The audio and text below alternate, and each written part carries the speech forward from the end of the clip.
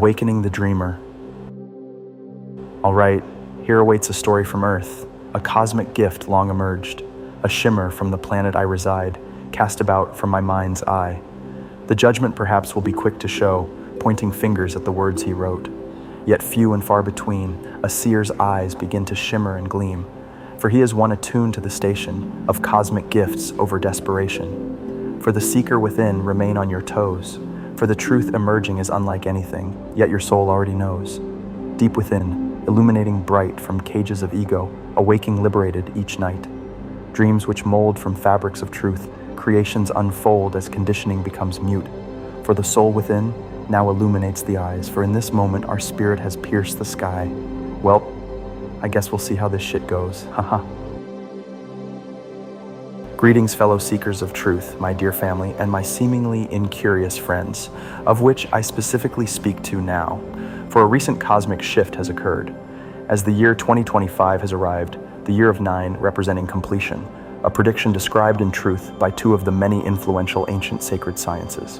First, numerology, the study of numbers and their mystical connection to events and people. It is based on the idea that numbers can be used to express all things. And secondly, astrology, the study of the positions of celestial objects such as the sun, moon, stars, and planets, and the understanding that these planetary positions influence human lives, creating a ripple or vibrational warp in the cosmic fabric itself. As they say, odd things happen on the night of a full moon. From this comes the belief of many, and the knowing of a few, the lunar cycle's supernatural ability in its inevitable warping of the human psyche. For some, this may be an alleged wives' tale, a silly belief in the moon affecting the collective consciousness of mankind. Knowing, however, the moon itself represents human emotion, like the pushing and pulling upon the oceanic tides, equivalent to life's emotional ups and downs, hiding these metaphorical truths in plain sight. For a similar celestial event of grandeur is now upon us, as January 21st, 2025 marks a grand alignment of the planets within our immediate solar system, leaving one to wonder what magnificent magic this event must hold for humanity.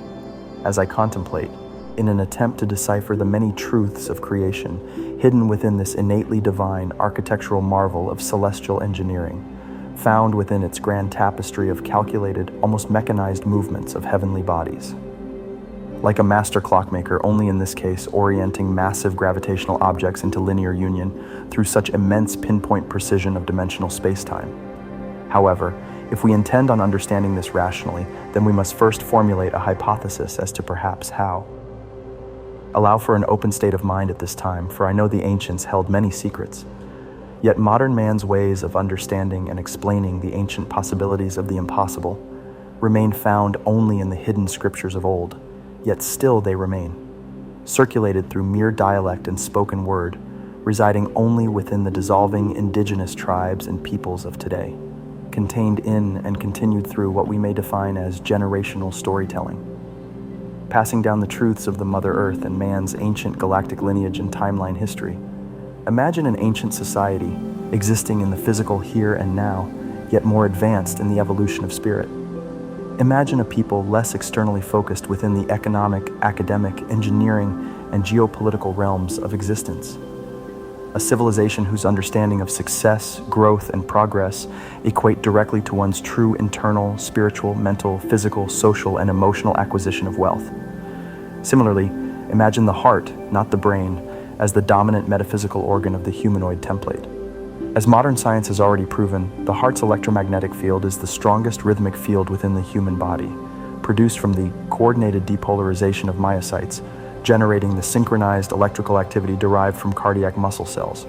Together, each heartbeat generates a current flow, extending out from the body in an invisible toroidal field of non-visible light, able to be fully measured by an electrocardiogram. Ancient humans knew the beating in the chest signified life, beating harder and faster as fear or excitement, and upon death, beating no more. To the Egyptians, the heart, or yin, rather than the brain, was the source of human wisdom and the center of emotions and memory. Due to its known links with intellect, personality, and memory, it was considered the most important of the internal human organs. Envision the existence of such beings, united in love, the bond which upholds families, communities, cultures, and nations, guided by truth, found within the well-known expression of following one's heart, the center of human passion and understanding, both individually and collectively. No longer consumed by the suppressed truths and undesirable thoughts contained within the mind, trapped within the human psyche, as defined by the modern scientific understanding within the field of psychology, dissolving the ego's corrupt, unsolicited compartmentalization of one's own consciousness, from this silly human understanding as the one who shows up to work at the crack of dawn day after day in dread, only to obtain useless materialistic items and resources, ironically questioning nothing while remaining content with it all. For when the time comes, those objects shall leave you with nothing, as you cast out from the physical, re-emerging into and as the source of infinite knowing and creation. Here, you will come to the realization of just how much was possible and still is here for us to obtain. Therefore, I ask you not return in truth empty-handed, for the goal is not the acquisition of items throughout one's lifetime, rather to gain knowledge, understanding, and wisdom through existence, acquired from the extreme roller coaster of life, composed of all its ups and downs, pains and triumphs, truths and glory. Like water, consciousness too exists in pure unity, a fluidic energy similar to oceanic currents, abundantly flowing about with life. For one cannot separate water from itself without an external vessel, as it is not in pieces, rather exists as a seamlessly intuitive volume of inter-exchanging elemental matter. Therefore, spirit is not, cannot, and was not created nor born separate nor independently. Rather, like water, consciousness is too poured from the organic source, contained in portions measured in volume. For like the spirit, water too benevolently consumes every ununified and unfulfilled void, overcoming each and every last bit of emptiness, displaced by its purifying presence, while simultaneously encompassing and becoming the full shape of whatever its vessel. Perhaps a glass or cup, similar in form and identical in function to the physical human vessel. Contained within the confines of this conceptual golden glass chalice, from this perspective, one understands the truth of the water's metaphorical experience as merely a simulation or the illusion of separation. As one takes a sip of this hydrating, cleansing liquid, they soon realize the importance of the cup, found within the limitless physical mold in which water gracefully upholds. For without the vessel, there is no form, there is no expression of the self. Similar to the human experience and its forever limitless connection to the spirit. However, like water, when not encased in form, effortlessly seeps through the cracks of one's fingers, soaking back into the earth from which it originates, endlessly continuing the sacred journey, remolding and reuniting within the forever kinetic flow of earth. Filtered via the earth's core, replenishing aquifers, rivers, ponds, lakes, oceans, snow, ice, mists, and rains, all purified, maintained, distributed, and then redistributed infinitely from the divine design and balance of the Mother Earth's water cycle, only to return once more in earthly service, falling from the heavens, another cycle, another journey, another mission. For in this lies truth, the immortal existence of the human spirit.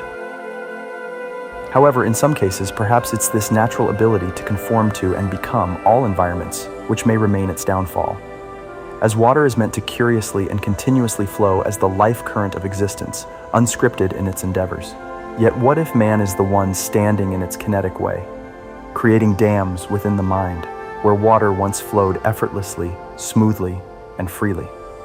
What if, within the creation of these vast, blockaded reservoirs of human conditioning which we've created, an attempt to instantaneously fulfill the nourishment of mankind at any given time? In this we see it's not that the waters no longer contribute flow, instead it's the fact that humanity has reversed the natural flow of things. For example, when considering the innate balance of that which is the water cycle, in our attempt to capture its energetic essence or nature, humanity has wrongfully overfished, overpolluted, trashed, spilled, and used our source of abundant life force liquid in an incredibly arrogant manner, bottling it all up as if it runs scarce, keeping it dormant in our efforts to pull upon it to our own will. Here we find a disconnect between the purpose of water, its true esoteric being, and humanity's misuse and misunderstanding of its pure primal potential. In many spiritual traditions, water is considered to be alive in a symbolic sense, representing the life force and often seen as a powerful, interconnected element with the ability to cleanse, purify, and renew, making it a key symbol in various spiritual practices and cultures. Whereas water memory is a scientific theory suggesting that water can retain information about substances previously dissolved in it, even after extreme dilution, holding significant spiritual meaning. It is here, within humanity's psycho-spiritual non-remembrance, found within the existence of mankind's so-called memory loss when incarnating onto and into the physical plane. Ironically, in reality, you know, or perhaps will soon come to the understanding or comprehension of truth, quite literally hidden within, contained within the memory of the current human psyche's distorted field of collective and individual consciousness. As our best scholars and scientific minds have themselves classified the mind into three conceptual, separated, and or near independent divisions of conscious awareness. Thoughts and memories documented by the psyche, based on moments in time of emotional turmoil, lying dormant within its foundation, containing an individual's repressed feelings, painful memories, hidden desires, automatic habits, and thoughts that are too distressing to consciously face, essentially storing a vast collection of experiences and information below the level of conscious realization that can still influence our behaviors and decisions. As one contemplates this belief generated by the modern sciences, yet my closest friends, acting like such arrogant young souls who continue to laugh and poke, defining and classifying another from the origins of his past, which according to them, allegedly must define one's future. Not understanding nor having a comprehension of the true work required, the foundations one has and will continue to restlessly and persistently lay behind the scenes. Years of sleepless nights, cosmic initiations, and spiritual coronations, all derived from a state of continued consistency and seeking. Yet, to my friends, I jokingly refer to as the blind ones, who seem to believe there is no such field of employment within these seemingly wasteful, esoteric subjects of conscious creation in which I indulge, let alone any official nor unofficial academic institute, pathway, or field of study that would, nor could even make sense of the things I speak of, right? And to that I say, exactly.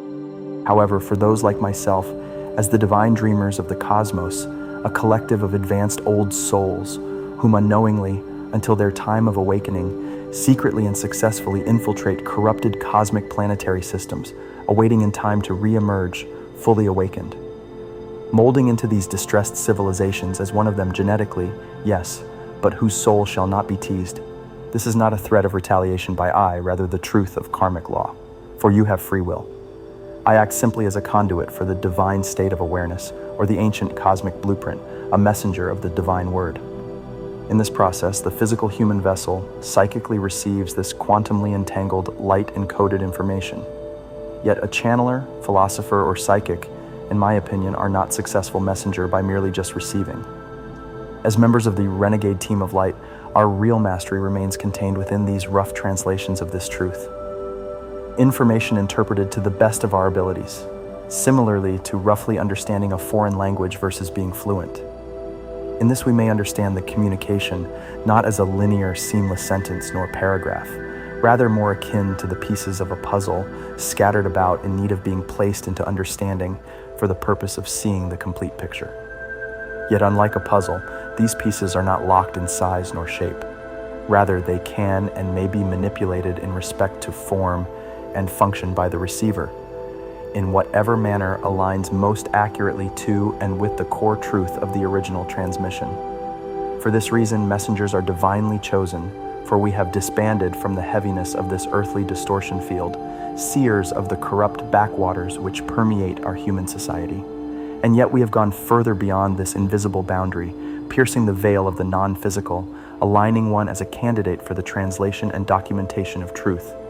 For this wisdom is not meant for all, as I recall the grand fluidity of the sacred times, whose lands now cast away in time, a remembrance of ancient Egypt, the land of Kemet, a golden era in human history where spirit and man coexisted at levels in which modern man cannot fathom, yet even in such lands in time when truth roamed free and human awareness was prospering. Even the grandness of this wisdom, in good faith, must remain sacredly protected from the masses for some period of time. Yet, not residing hidden, available only to the Grand Masters, the highest of priests within the Egyptian hierarchy, as those whom educated the educators, whom led the leaders. We, the corrupt system busters and civilization builders, from the family of light, form a galactic, Tier 1 task force, serving as the boots on the ground. Yet we too incarnated onto this physical plane, like all others, cast from truth without access to our soul's vast universal library. Yet as an old soul, with lifetimes of experience and existences compiled from a many of cosmic planetary systems. These distant systems all share one thing in common: civilizations standing on the threshold of great change, transitioning, and enlightenment. This revolutionary checkpoint of a celestial body's timeline evolution may be viewed in chaos, which unfolds seemingly everywhere, a result of its peoples and their self-destructive actions. As the proverb states, before benevolent change or any renewal may take place, one must make room for what is to come, the new. Therefore, this chaos is the cleansing of the old, no longer relevant thought processes, belief systems, patterns, and ways of life. For we few light workers on mission are tasked with upholding the light, ensuring and maintaining the connection to the cosmic frequencies, the divine source of connection upon their assigned planetary bodies. For without these bright souls, the planetary frequency would cease if not corrected, eventually collapsing entirely upon itself. For it only takes a single highly evolved soul to generate a benevolent shift in the celestial body's field of consciousness.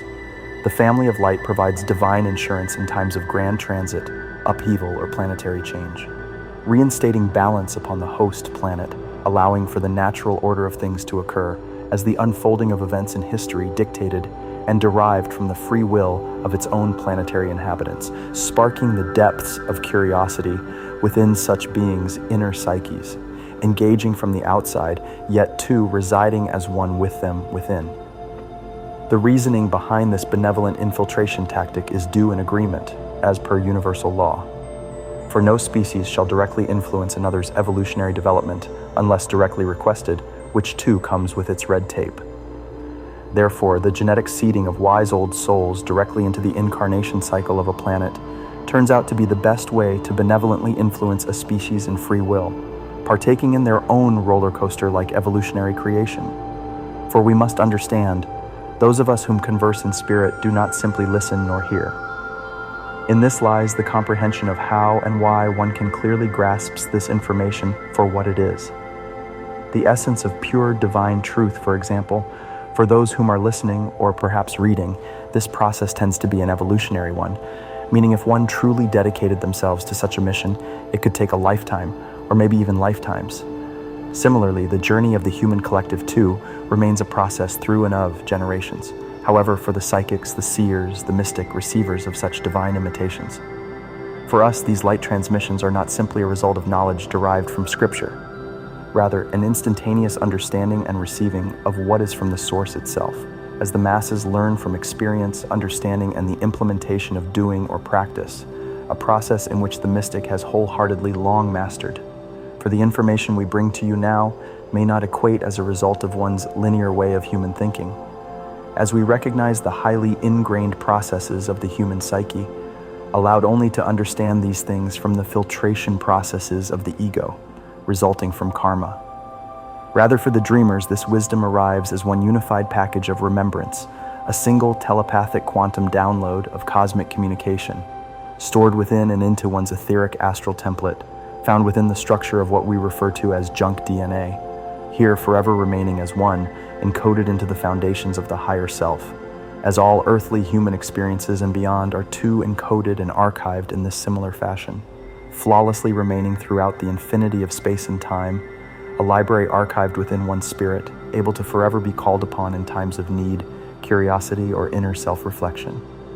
Pulling from this fluidic reservoir of knowledge and existence, able to be reclaimed in reincarnation cycles far beyond this known dimensional realm. Known throughout the cosmos as common information, a knowing, however officially referred to and defined as universal law. From the perspective of this higher awareness, these advanced galactic interdimensional beings and civilizations have, over the eons of time, unlocked the unseen and unknown simply through their own conscious embodiment. This wisdom today, however, is considered impossibly irrational, looked upon as insanity. Yet, here it lies profoundly, as such immensely evident truth. It's so funny to me, for humanity as a species can look up at the night sky, observing the vast, loving void of the universe which we remain forever embraced within, and simply think to oneself, Oh yeah, the Big Bang happened, cool. Then continue to grab a coffee, reveling not a single microscopic ounce more of further curiosity into its depths of creation. Instead, rather, they consciously decide to concern themselves with man-made laws, such as borders, bills, and taxes, rather than embracing the universal ones, rediscovering the true gifts we innately hold. Yet ironically, you as a human, whom is conscious and aware in the current moment. Therefore, here is the simple unified truth. Despite what we may or may not believe, consciousness resides as a purely singular source. For all that consciously exist, from plants, animals, and humankind, seem to exist as vastly different forms of life. Yet the difference between man and, say, plants or animals may be found in the species' availability of life force energy.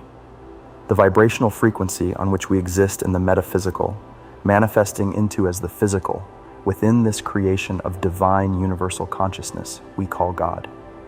Residing within such awareness, for you do not exist merely to serve the illusion, as this so-called illusion exists, or rather, was created to serve you as a universal playground comprised of and created for all conscious life.